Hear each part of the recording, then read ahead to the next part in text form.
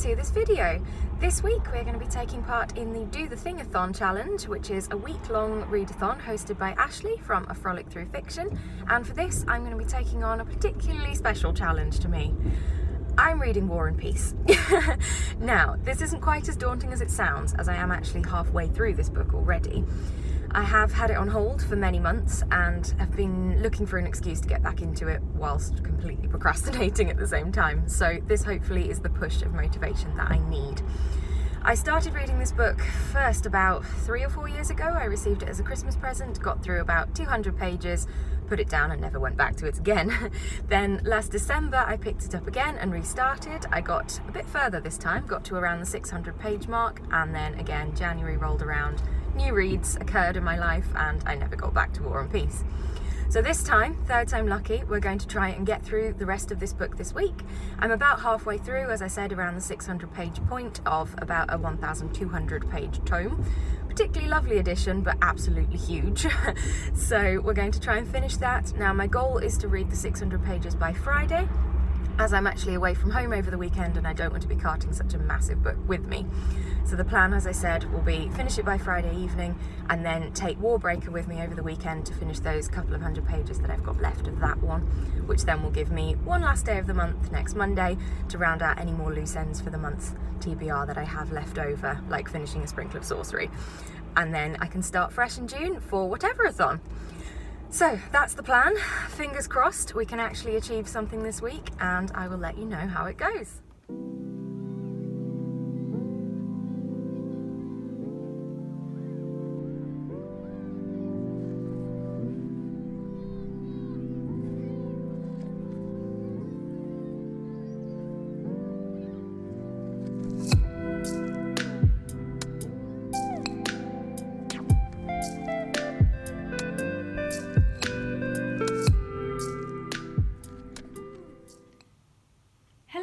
Happy Wednesday. I'm just back from tennis this evening and have another parcel to unbox, so I thought I would show you what I have got this time. For once it's not books and it's not candles, it is tea.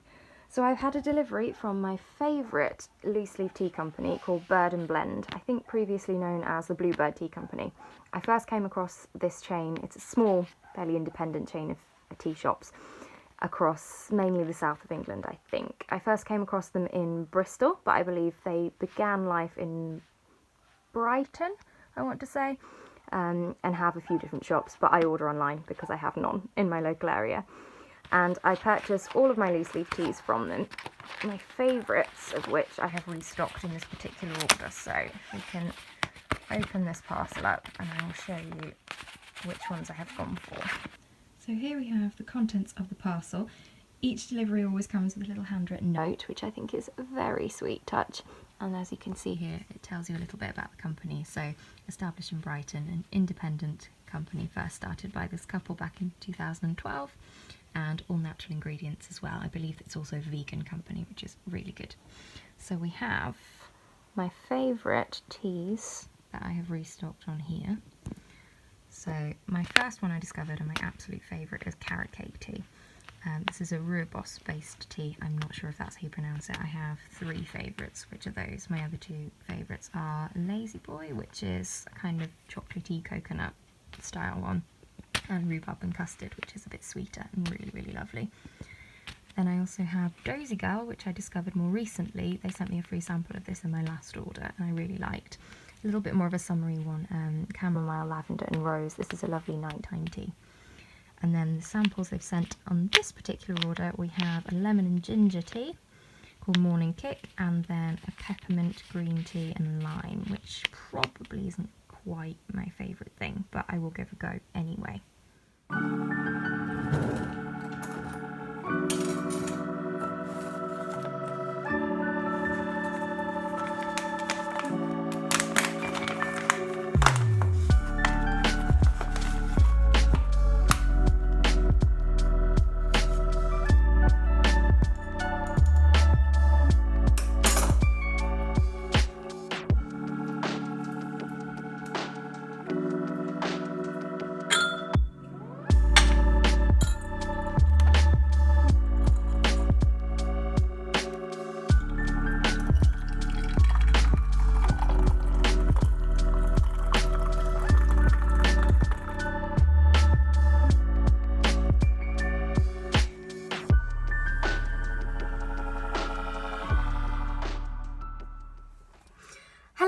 is Friday evening, I've just come out of work and I've had a really busy week and still lots of things left to do too.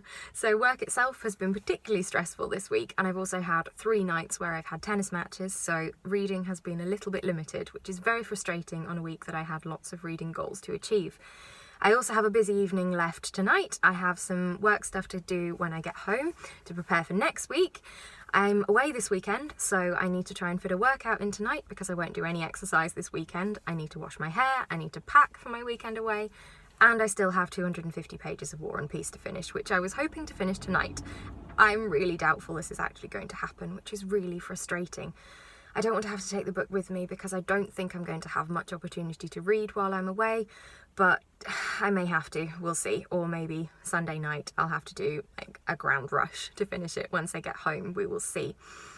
But fingers crossed I can get through my to-do list this evening and still have a tiny bit of relaxation as well. It's a reasonably early start tomorrow too, so I can't be super late going to bed, but I hope I can get through everything. I will update you as we go through.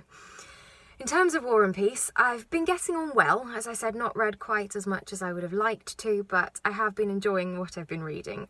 It's very up and down, this book, for me, so certain aspects I really enjoy. I think the characters are fascinating. I love hearing the details about how life was for that society and the kind of political element, but I do find some of the war descriptions and the discussions about strategy and things a little bit dull. They go on a little bit too long for my liking. It's also quite a slow book to read because a lot of the dialogue switches between what was written as Russian but is now translated to English, and French, which has been left as French and is translated in footnotes. So there's a lot of glancing up and down on pages, especially when they keep switching languages mid-conversation, which really slows down my reading of it. It's an interesting touch, and I like seeing another language there and picking up on odd words that I can actually interpret into French. I did French at school, but not to a particularly high level. So that's a nice element, but not in a book that's over 1,200 pages. It's an added element that I could do without. But we're getting there slowly, and I am confident I can get this finished in the next few days, just probably not tonight. But we'll see, you never know. I will update you again later on this evening once I've hopefully achieved some of my goals, and we'll see how my reading is going.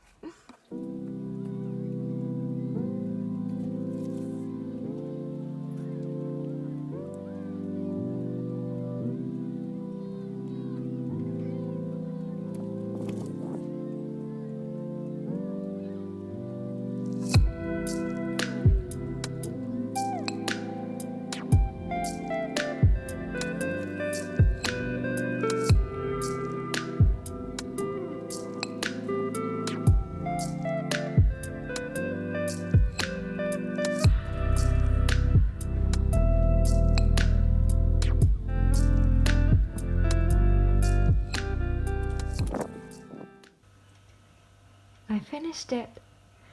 Didn't quite manage the workout this evening, but War and Peace is completed. I feel so accomplished right now.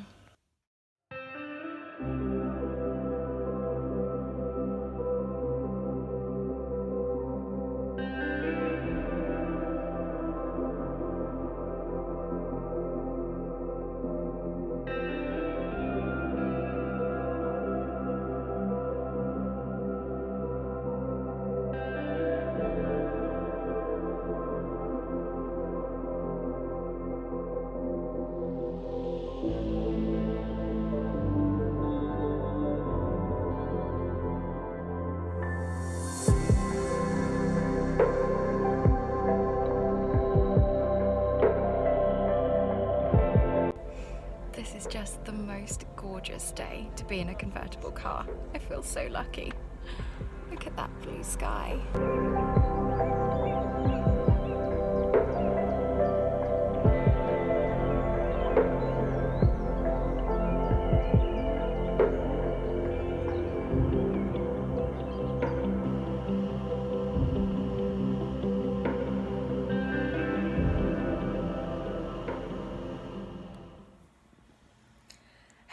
Happy Sunday. I am trying to catch up with a little bit of reading this morning first thing before I head out.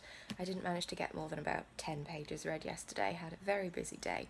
very good fun, finally getting to do some socialising in the evening, but not very productive on the reading front. So I still have over 200 pages of Warbreaker left to read, ideally today. Not sure if that will happen, in which case I'll roll it over to tomorrow. I do have that one last day of the month with no reading plans, so can finish this off if not, but fingers crossed I can get some reading done today. I will have the journey back in the car later that I could potentially listen to some of the audiobook as well if I'm still struggling, so we'll see how things go today. Also, please do excuse the state of me this morning. I have literally just woken up and I'm also strategically trying to cover up a little bit of sunburn from yesterday. The problems of a convertible car. It's still good fun though, I'm not complaining.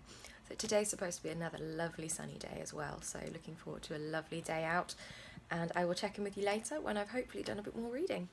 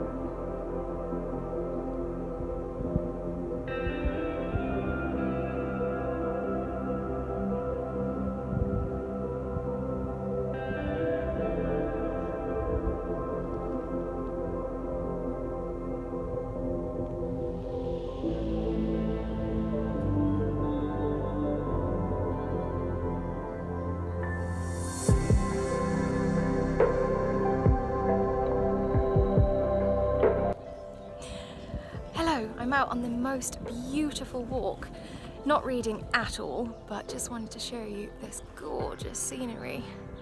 We're in a beautiful vineyard in the south of England and I honestly feel like I'm abroad somewhere. This is just the prettiest place. I'm really loving the sun. I don't ever want to go back to work. This is just perfect. I wish I was on holiday here for a week. It's so peaceful and beautiful.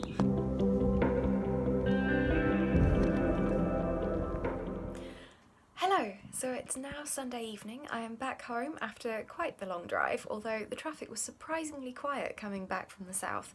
I was expecting a lot worse, but lovely quiet M25. Who'd have thought it?